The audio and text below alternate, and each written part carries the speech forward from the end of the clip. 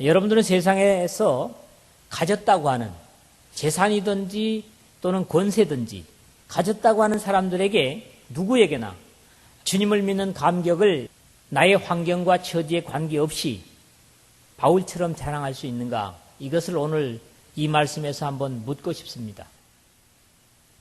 참으로 바울은 어떻게 보면 죄수의 몸으로 묶이고 당시에 이스라엘에서는 가장 권세가 있다고 하는 총독과 임금 앞에서 나의 묶인 것 외에는 적어도 모든 사람이 나와 같이 되기를 원한다. 이런 감격의 고백을 하고 있습니다. 여러분들이 과연 그럴 수 있겠습니까? 세상의 어떤 영광과 복이 앞에서도 이런 고백을 드릴 수 있는 그런 사람이라야 비로소 신앙인이다 그럴 수 있지 않겠는가, 그런 생각을 하고 또 묻는 겁니다. 바울은 자신을 대적하는 유대인들이 없는 가운데 베스도 총독과 그리고 아그리빠 왕과 버니게 가이사랴에서 가장 높은 유지들 앞에서 거리낌 없이 자신의 경험과 함께 구원의 복음을 전하고 있는 내용을 봅니다. 오늘은 이 복음 증거의 결과와 거기에 따르는 들은 사람들의 반응을 기록하고 있는데, 여기에 우리가 한번 깨달을 것이 있다고 생각합니다. 생명의 복음, 십자가의 복음이 모든 사람의 것이 되지 못함을 우리는 오늘 이 말씀을 읽으면서도 확인하게 됩니다. 하나님은 모든 사람이 구원을 받으며 진리를 아는 데 이르기를 바라시지만 대부분의 사람, 특히 재물이나 지위나 학문이 높은 사람들은 그 복음이 생명의 음성으로 들려지지 않기 때문에 주님께서도 약대가 바늘기로 들어가는 것이 부자가 하나님의 나라에 들어가는 것보다 쉬우니라 하는 마태복음 19장 24절의 말씀을 하고 계시다고 믿습니다. 부자는 이 세상에 여러 가지 중 무엇이든지 다른 사람보다 많이 가지고 있는, 다른 사람들이 넘볼 수 없을 정도로 많이 가진 것을 의미한다고 볼 때, 또 세상의 것을 많이 가졌다 하더라도 그 가진 것에 의해서 자기의 삶이 좌우되고 가진 것에 의해서 자기가 끌려다닌다면 사실은 그것은 행복하지 못한 것이죠. 그러나 가진 것이 많다고 할지라도 그것이 오히려 내가 사는 동안 이것을 맡아 관리하고 있는 청직이라고 하는 그런 의식으로 살 수 있다면, 그래서 겸손할 수 있고 마음이 가난할 수 있다면 그 가진 것은 장애가 되지 않는다고 하는 것도 우리가 생각을 할 수가 있겠습니다. 이렇게 복음을 받아들이기가 그렇게도 힘드는데 우리가 이 복음 속에 있다는 사실 자체가 얼마나 감사한지 모를 일입니다. 로마의 총독이라는 오늘의 대통령이나 국무총리같이 길지 못한 자리임에도 그 자리를 지키기 위해서 천국의 장애가 된다면 사실 이 사람들이 얼마나 불행한 사람들입니까? 우리는 오히려 그들보다 못하기 때문에 내 사랑하는 형제들아 들을지어다.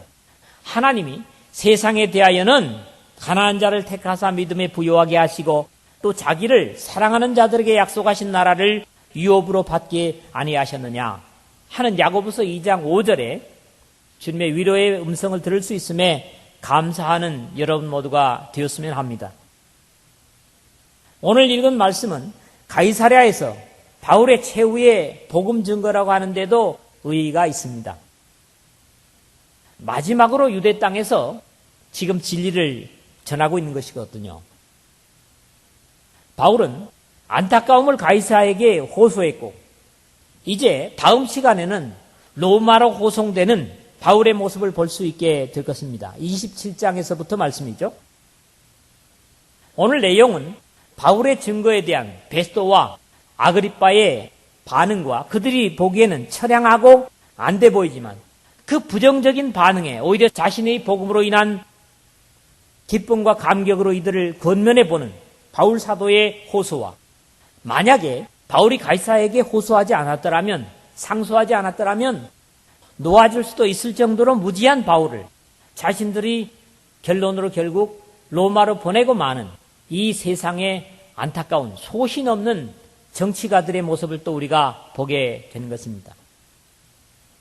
그러나 바울은 자유하는 것보다는 세계의 중심인 로마에서도 복음을 전하기 위해서 하나님의 섭리를 따라 보여주신 비전대로 가이사에게 상소를 했던 것이고, 그런 이유에서 비록 죄수의 모양으로 로마에 가지만 개의치 않고 묵묵히 자신의 역할과 갈 길에 순응하는 기도인의 모범을 오늘도 보게 됩니다. 우리의 가는 길이, 인생이 평탄하든 그렇지 못하든 언제나 예수님 때문에 감격하고 주님 주신 사죄의 은혜에 감동할 수 있는 그런 바울과 같은 고백을 어느 장소 누구에게나 드릴 수 있는 이 말씀을 듣는 여러분 모두가 되시기를 주님의 이름으로 부탁을 드립니다. 오늘 먼저 24절, 28절을 가지고 이 복음을 가지고 감격해하는 바울을 미쳤다고 하는 베스도와 그리고 아그리빠 왕의 평가를 봅니다. 사실 이 변론의 기회는 베스도의 황제에 대한 바울의 상소의 문제를 정당화할 수 있는 근거를 찾고자 해서 아그리빠의 조언을 구하는 자리이긴 해도 사실에 있어서는 베스도뿐만 아니라 아그리빠를 향한 바울의 복음 증거를 위해서 하나님께서 이런 기회를 주셨다고 봅니다. 그럼에도 유대에 부임한 지 얼마 되지 않아서 이들의 종교나 관습에 익숙하지 못한 베스도는 바울의 말을 가로막고 바울을 미친 자로 몰아세우는 내용을 우리가 오늘 첫 절에서 봅니다. 앞에서 계속 이것을 확인할 수 있는 것은 26장 1절에 보면 아그리빠가 바울더러 이르되 너를 위하여 말하기를 내게 허락하노라 그랬죠. 그리고 2절에 아그리빠 왕이여, 바울이 이 복음의 호성을 열면서 그렇게 말하지요. 그 다음에 13절에 다시 왕이여, 19절에 아그리빠 왕이여 한 것처럼 아그리빠 왕에게 십자가의 복음을 전하고 있는데, 오히려 옆에서 계속 듣고 있던 베스도가 바울이 이같이 변명하며 베스도가 크게 소리하여 가로되 바울아, 내가 미쳤도다. 내 많은 학문이 너를 미치게 한다. 그렇게 소리를 지르며 가로막는 모습을 우리가 봅니다. 아니, 지금 베스도에게 하는 얘기가 아니고 아그리빠에게 복음을 전하고 있는데 옆에 있는 베스도가 오히려 이렇게 들고 나오는 것을 보는 겁니다. 우리는 앞에서 이 사도행전 13장 4절에서 12절 보면 구브로 섬 바보라고 하는데 이르러서 총독이 바울의 말씀을 듣고자 하지만 박수무당인 엘루마라는 사람이 방해함에도 그 말씀을 경청했던 서기오 바울이라고 하는 역시 로마의 총독을 본 바 있는데, 여기에서는 정반대의 모습을 같은 로마 총독이 하고 있는 것을 봅니다. 13장 7절에 보니까 서기오 바울은 지혜 있는 사람이라 바나바와 사울을 불러 하나님의 말씀을 듣고자 하더라 그랬고, 여기에 방해하는 엘루마라고 하는 박수무당을 보게 되고요. 12절에 보니까 이에 총독이 그렇게 된 것을 보고 믿으며 주의 가르치심을 기이 여기니라, 이렇게 말씀을 은혜롭게 받아들이는 모습을 본다는 것이죠. 하나님의 계시나 예수 그리스도의 희생과 부활을 처음 듣는 베스도는 열정으로 그리스도의 부활을 전하는 바울이 많은 공부로 인해서 미쳤다고 몰아붙이면서 아그리빠로 하여금 더 들을 필요가 없는 것 같다고 하는 그런 의도로 바울의 증거를 가로막고 나서는 겁니다. 객관적으로 바울은 이방인이 보기에도 공부를 많이 한, 그래서 다른 사람들이 볼 때도 적어도 학문적으로 뛰어나서 이 베스도가 보는 대로도 바울이 이런 말을 하고 있는 것이 지금 공부를 너무 많이 해가지고 머리가 돌았다, 이런 정도에까지 오해를 하고 있는 것을 봅니다. 하나님의 계시나 예수의 희생과 부활을 이렇게 믿음 없이 듣는 사람들은 결국 그 복음의 말씀이 바른 소리로 들리는 것이 아니라 미친 소리로 들릴 수 있다. 그렇다면 우리가 하나님의 말씀이 생명으로 들려지고 은혜로 들려지면 역시 이것도 우리가 감사해야 될 부분이 아니겠는가 하는 겁니다. 이렇게 결국 바울 사도는 복음을 증거하다가 미친 사람 취급을 당하기까지 합니다. 바울 사도 자신이 이런 사실에 대해서 오히려 더 적극적으로 고백하는 내용을 우리는 고린도후서 5장 13절에서 듣게 되는데요. 우리가 만일 미쳤어도 하나님을 위한 것이요 만일 정신이 온전하여도 너희를 위한 것이니 그렇게 고백을 합니다. 미쳤어도 하나님을 위한 것이라면 뭐에 바울은 행복하다는 겁니다. 다른 사람들로부터 미친 사람 취급을 당해도 복음을 위한 것이라면 이것이 기쁨이 될 수 있다. 이런 정도의 경지까지 간다고 할 때 우리는 불행이라고 하는 것을 기쁨과 감격으로 능히 물리칠 수 있는 그런 영적인 힘을 가지게 되는 것입니다. 사람이 사실 무엇인가 미치지 않고는 맨정신으로 살 수 없는 비극적인 세상에 우리가 살고 있습니다.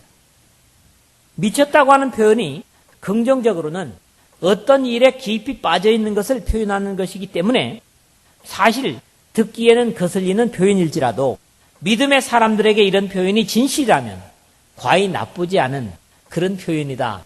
저는 그렇게 확신을 합니다. 죄의 사람이 죄와 저주에서 해방되어서 진리에 붙잡힐 수 있다면 얼마나 좋겠습니까? 사실 다른 잘못된 것들에 빠지고 붙잡혀서 탈이지 복음에 온전히 몰입할 수 있다면 얼마나 좋겠습니까? 저도 저와 여러분이 복음에 미칠 수 있는 그런 모두가 되었으면 하는 욕심을 갖습니다. 요즘 이성적인 사람들은 쉽게 이런 말을 합니다. 종교를 하나쯤 가지는 건 좋다. 그러나 너무 거기에 빠지는 것은 좋지 못하다. 이런 얘기를 들어 합니다. 그러나 바울은 이러한 베스토의 반론에 오늘 내 말을 듣는 모든 사람도 다 이렇게 묶인 것 외에는 나와 같이 되기를 하나님께 원하노이다. 이게 지금 바울이 소원하고 기도하는 제목이라고 하는 것을 29절에 고백하고 있는 것을 보면 육신의 누명을 쓰고 자유롭지 못하게 된다고 할지라도 영혼과 마음은 천상을 오가는 무한한 자유를 만끽하고 있는 바울 자신 같기를 바란다는 선언을 오늘 복음에 미친 자들이 얼마나 행복한가를 고백하고 있는 것을 듣습니다. 사실 오순절날 성령의 충만을 받은 사도들을 향해서 천하각지로부터 자신들의 종교적 절기를 지키기 위해서 예루살렘에 올라왔다가 그 광경을 본 모든 유대인들이 다 놀라며 의혹하여 서로 가로되 이 어찐 일이냐 하며 또 어떤 이들이 조롱하여 가로되 저희가 세술에 취하였다 하더라. 사도행전 2장 12절 13절에 보는데 이런 표현도 맨정신이 아니라고 하는 빈정거림으로 우리가 이해를 할 수가 있겠습니다. 그렇습니다. 하나님의 진리에 바로 살려고 하면 거짓된 세상의 사람들이 보기에는 그것은 분명히 바른 정신이 아니고 미친 사람으로 보일 수도 있을 것입니다. 그러나 유대인들의 풍습과 종교를 잘 아는 아그리빠 왕 역시 다르지 않음을 봅니다. 아그리빠는 뭐라고 합니까? 아그리빠가 바울더러 이르되 내가 적은 말로 나를 권하여 그리스도인 되게 하려 하는도다. 28절에 그렇다고요. 여기 적은 말이라는 말은 요즘 말로 다시 이야기한다면 짧은 말로라는 말로도 번역할 수가 있습니다.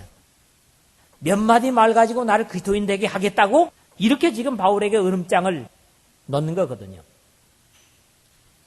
여기서 나를 구원하여 그리스도인 되게 하려 한다는 표현은 사실에 있어서 좋은 표현이 아니라 당시에는 비웃는 모습이었을 것입니다. 오늘 우리 많은 신앙의 선배들의 희생과 순교로 그리스도인이라는 이름을 자랑스러운 이름으로 여기게 되었지만 당시에 그리스도인이라는 말 자체가 정상적이지 못한 사람들로 취급되는 그런 때였습니다. 특히 유대인들에게서는 그리스도인은 나사렛의 이단자로 이방인들에게서는 사람의 살과 피를 나눠 먹는 이상한 사람들로 취급되었기 때문에 적은 말로 나를 구원하여 그리스도인 되게 하려 한다는 의미는 오늘 우리의 시대와는 전혀 다른 의미가 되는 것입니다. 오늘 우리가 참으로 바울 사도처럼 복음에 미친 자들이 되어서 하늘의 소망과 기쁨 그리고 진리의 확신으로 충만한 그런 여러분 모두가 되시길 주의 이름으로 축복을 드립니다. 두 번째 25절에서 27절 그리고 29절의 말씀을 통해서 결박한 것 외에는 나와 같이 되기를 원하노이다. 적어도 이 말을 듣고 있는 사람들이 누굽니까? 유대인들은 없고 가이사랴의 최고의 부유층과 유지들, 그리고 이스라엘을 지금 다스리는 유대 왕과 로마의 총독이 이 자리에 있다고요. 그런데 이 모든 사람들이 자신들은 다 행복하다고 생각하고 있는데 바울은 엉뚱하게도 그 사람들이 보기에는 전혀 행복하지 못한 위치에 있으면서 이런 고백을 하고 있는 것을 본다고 하는 겁니다. 미친 취급을 당하는 바울 사도는 더욱 진지하게 자신과 복음의 확신을 증거하는 모습입니다. 베스도가 가여 내가 미친 것이 아니요 참되고 정신 차린 말을 하나이다. 25절에 그렇게 말하죠. 분명히 믿음이 없는 사람들의 입장에서 보면 예수 그리스도의 하신 일이 미친 짓입니다. 유대인들이 볼 때도 그랬죠. 죽는 것보다는 사는 것이 더 잘하는 거 아닙니까? 또 지는 것보다는 이기는 것이 세상에서는 더 행복한 거지요. 그런데 예수님이 하신 것들은 이것과 전혀 반대되기 때문에 유대인들이 사실은 예수님을 메시아로 받아들이지 못했던 것을 우리는 봅니다. 또 그를 따르는 그리스도인들 역시 정상적인 사람들이 아닌 사람들로 보이는 것이 어두움의 영에 사로잡힌 자들의 눈에 어찌 보면 당연한 것입니다. 이러한 진리에 대해서 감긴 눈이 그리스도의 대속의 피로 거듭날 때 비로소 눈을 뜨게 되는데, 하나님께서 주신 이 오직 하나의 방법 역시 공중 권세 잡은 자들의 하순이 된 사람들에게는 거절당하게 되는 것입니다. 세상 사람들의 미친 것과 정신 차린 기준 자체가 하나님의 기준과는 어떻습니까? 정반대이기 때문에 바울의 논리 정연한 빛에 대한 계시의 진리는 영적인 일에 눈이 감기고 귀가 막힌 베스도에게 공부를 많이 해서 미친 것으로 보였고, 바울은 자신이야말로 정신 차린 말을 하고 있노라고 공언하고 있는 것입니다. 바울 사도의 선언의 대상은 역시 아그리빠로 되돌아갑니다.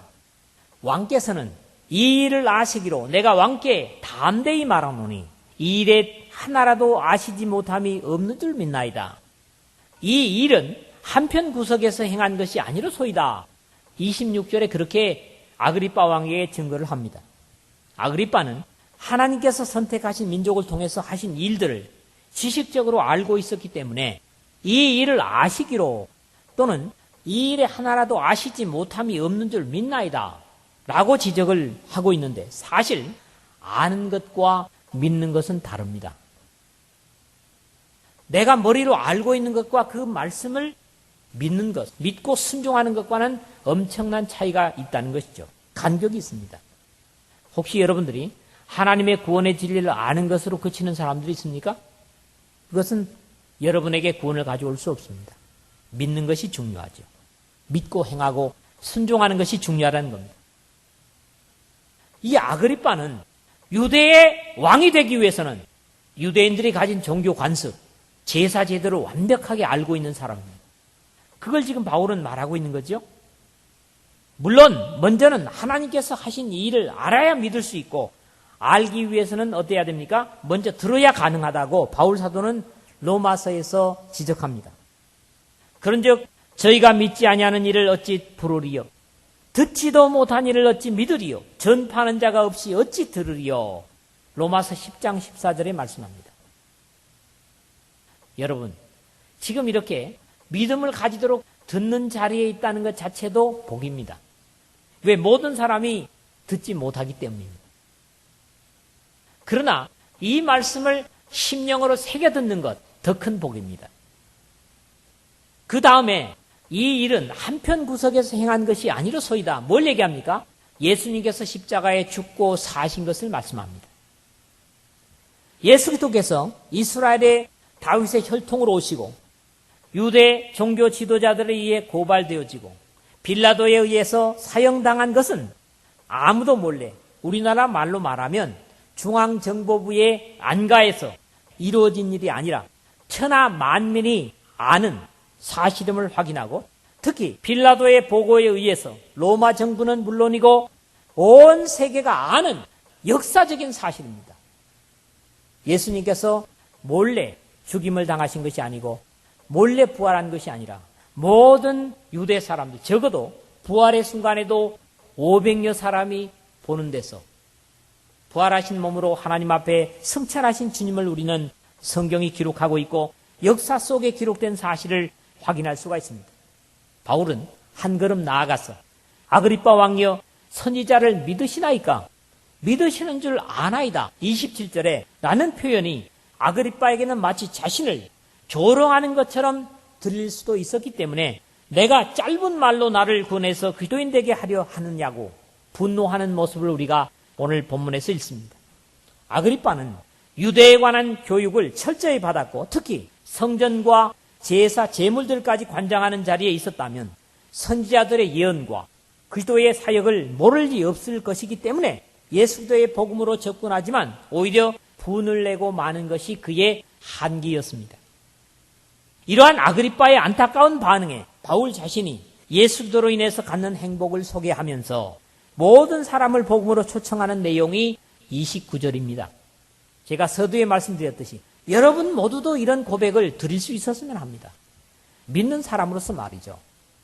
그런데 이런 고백이 내 생각이 하나님의 말씀에 앞서게 되고 내 취향이 하나님의 뜻에 앞서게 되면 불가능합니다. 말이 적으나 많으나 말이 기나 짧으나 이 말이죠. 당신뿐 아니라 오늘 내 말을 듣는 모든 사람도 다 이렇게 결박한 것 외에는 나와 같이 되기를 하나님께 원하노이다. 참 어쩜 이렇게 고백할 수 있겠어요. 바울이 이러한 말과 행동은 우리 모든 그리스도인들이 본받아야 할 도전입니다. 적어도 이스라엘의 최고의 권력과 영예를 누리고 있는 많은 사람들 앞에서 그들이 보기에는 억울해서 못 살 것 같기도 한데 초라해 보일 법도 한데 오히려 그들 앞에서 자신의 삶을 당당하게 자랑하고 있습니다. 자기가 그들의 권세들을 앞서는 로마의 황제가 되었기 때문에 이런 큰 소리를 칩니까? 전혀 그렇지 않거든요. 사실 바로 된 그리스도인이라면 이럴 수 있어야 할 것입니다. 보이는 모습에서는 온갖 권위와 존귀를 걸치고 거드름을 피우는 자들을 향해서 당신들 속에 나만한 감격과 기쁨이 있느냐? 묻고 있는 모습이 저들의 눈에는 이상하게 보였고 어려웠을 것이지만 이것은 믿음의 진실입니다. 우리는 형편과 처지가 어떠하든지 하나님의 영광을 확보한 사람들이라면 아무리 행복하다고 거드름을 피우고 권세가 있다고 하는 큰 소리 치는 사람들 앞에서도 당신 나만한 기쁨이 있어? 이렇게 외칠 수 있어야 된다는 거지요. 우리가 아무리 세상적으로 초라해져도 당당할 수 있는 것은 영혼을 보장받은 사람들이기 때문에 이렇게 당당할 수 있어야 합니다. 바울의 이러한 모습은 지금 형통에서 나온 고백이 아닙니다. 분명히 죄수로 초라한 모습으로 취조받는 모습으로 묶여서 왕들 앞에 총독 앞에 있습니다. 그는 동족에게 고발당하고 쇠사슬에 매여서 당시 최고의 권력자들 앞에 선 것을 인간적으로 볼 때는 억울하기 이를 데 없고 세상적으로 따지면 억울해서 잠이 안 올 판인데도 그의 보이는 모습과는 반대로 하나님의 놀라운 평화와 감격을 품고 이런 고백을 하고 있는 것입니다. 그래서 저는 늘 강조하죠. 믿음의 고백은 신앙을 위해서 감격하는 것은 우리의 외관적인 형편과 처지에 관계없다는 겁니다. 바울이 이것을 오늘 우리에게 단적으로 보여주고 있는 것이죠. 몸은 사슬에 매여 있을지라도 그 영혼과 마음은 진정한 자유와 함께 이미 감격의 천국에 가 있는 고백을 하고 있는 것입니다. 육신으로는 매여 있으면서도 오히려 거드름을 피우는 높은 자리에 앉아있는 마음과 영혼은 두려움에 떨고 있는 세도가들에게 영적인 자유로 초대하는 내용으로 바울의 증거는 마무리되어지고 있습니다. 모르긴 해도 이러한 바울의 태도로 말미암아 감동을 받고 이후에 그리스도인이 된 사람들이 이들 중에서 분명히 있었을 것이다. 저는 그런 확신을 갖습니다. 그렇습니다. 우리가 조건에 상관없이 감격과 믿음의 고백을 사람들 앞에 할 수 있을 때 듣는 사람이 감동을 받을 수가 있어요. 형편이 어렵고 힘겨우니까 찌그러들고 초라해드는 그런 모습이 아니라 어떤 조건에서든지 내가 주님을 모시고 산다고 하는 것 때문에 감격을 고백할 수 있다면 그것이 사람들에게 마음을 움직일 수 있을 것이다. 이런 말씀입니다. 오늘 우리의 고백도 삶도 그럴 수 있어야 합니다. 비록 육신적으로는 세상 사람들보다 초라하고 힘겨워 보일지라도 이미 우리 주 예수 그리스도로 말미암아 영원한 영광을 확보해 둔 사람들이라면 형편과 처지에 관계없이 자신의 행복을 나보다 나아 보이는 사람들에게 자신만만하게 소개할 수 있는 것입니다. 이런 입장에서 결코 우리가 세상에 보이는 영화에 꿀릴 필요가 없습니다. 믿으시기를 주의 이름으로 축원을 드립니다. 세 번째 마지막으로 이 사람은 사형이나 결박을 당할 만한 행사가 없다. 30절에서 32절에 누구의 얘기입니까? 바울의 이야기도 아니고 바울의 추종자들의 이야기도 아닙니다. 저들을 신문하는 모두의 공통적인 의견입니다. 저는 이 취조당하는 바울에게서 적어도 허물이나 죄가 없는 가운데서 그리스도인다움을 나타냈다. 그런 말씀을 앞에서도 드린 바가 있습니다. 저들은 분명 바울의 증거에 부끄러움을 느꼈을 것이고 감동을 받았기 때문에 바울 앞에서가 아니라 함께 앉은 사람들이 다 일어나 물러가 서로 말하기를 뭐라 합니까? 이 사람은 사형이나 결박을 당할 만한 행사가 없다. 바울이 의인임을 확인할 수 있었던 것입니다. 사실 그렇다면 저들이 황제에게 자신들의 느낀 대로 상소를 올려서 바울을 구제할 수도 있었을 것입니다. 그럼에도 그 자리에서 가장 우두머리인 아그리빠가 베스도더로 일러 가로되 이 사람이 만일 가이사에게 호소하지 아니하였다면 놓을 수 있을 뻔하였다. 그렇게 끝내버리고 맙니다. 이게 세상입니다. 죄가 없다는 확인이 됐음에도 불구하고 그냥 이론으로 끝내고 맙니다. 실제적으로 그걸 가져가지 않습니다. 세상에 여러분들이 무슨 기대를 가지십니까? 세상이 바로 이런 거거든요. 이것이 세상의 알량한 인심이요 태도입니다. 세상의 권력입니다. 세상의 법입니다. 그렇기 때문에 아무리 이 땅에 정의가 실현된다고 할지라도 죄를 가진 인간의 한계를 뛰어넘을 수 없기 때문에 세상의 정의에 기대를 걸 수가 없는 것입니다. 세상의 민주주의나 정의라고 하는 것은 거기에서 거기일 뿐이죠. 그러므로 세상의 이러한 절망적인 상황에서 우리가 하늘의 백성으로서 최선을 다하면서도 이 땅에 기대를 가질 수 없다는 말을 하는 것입니다. 의롭고 죄가 없으면 놓아줘야 당연한데 자신들의 입장이 고려되는 것이 바로 이 세상의 법률가들입니다. 이 사람은 사형이나 결박을 당할 만한 행사가 없다. 31절이거든요. 모두가 한결같이 이런 판단을 했다면 바울을 더 이상 죄수로 로마로 보낼 필요가 없을 것이고 로마 시민인 그의 결박을 풀어야 당연함에도 이런 앞뒤가 맞지 않은 결론을 내고 있는 것이 당시뿐 아니라 현재의 사람들의 법의 적용이고 높은 자리에 있는 사람들의 알량한 법리주의입니다. 이런 세상에서 더 이상 무슨 미련을 두려고 합니까? 무엇을 기대하겠습니까? 말씀을 맺겠습니다. 세상은 복음으로 거듭난 그리스도인들을 바르게 봐주지 않습니다. 여러 가지 이유를 들어서 미쳤다고 판단합니다. 주님께서는 그의 제자들에게 세상이 너희를 미워하면 너희보다 먼저 나를 미워한 줄 알라. 너희가 세상에 속하였으면 세상이 자기의 것을 사랑할 터이나 너희는 세상에 속한 자가 아니요 도리어 세상에서 나의 택함을 입은 자인 고로 세상이 너희를 미워하느니라. 요한복음 15장 18절 19절에 그렇게 경계를 하신 바 있습니다. 아니 오히려 세상에서 미쳤다는 소리를 들을 정도로 진리에 미칠 필요가 있습니다. 진리에 빠질 필요가 있습니다. 우리가 세상과 천국을 저울에 올려둘 때 세상의 것이 더 비중이 있어 보인다면 우리 각자의 믿음을 검증해 볼 필요가 있습니다. 여러분 앞에 있는 저울에 세상이 무게가 있습니까? 하나님의 약속이 무게가 있습니까? 여러분 과연 어느 기준 속에서 세상을 살고 신앙생활을 하고 있습니까? 바울은 최고의 권력자들 앞에서도 자신의 가진 행복을 당당하게 증거했습니다. 우리가 형통하고 잘 돼야만이 큰 소리 치는 것은 아닙니다. 믿음의 사람들은 형편과 처지에 관계없이 나의 행복을 여러 사람들에게 고백할 수 있는 그런 자세가 되어야 되는 것이죠.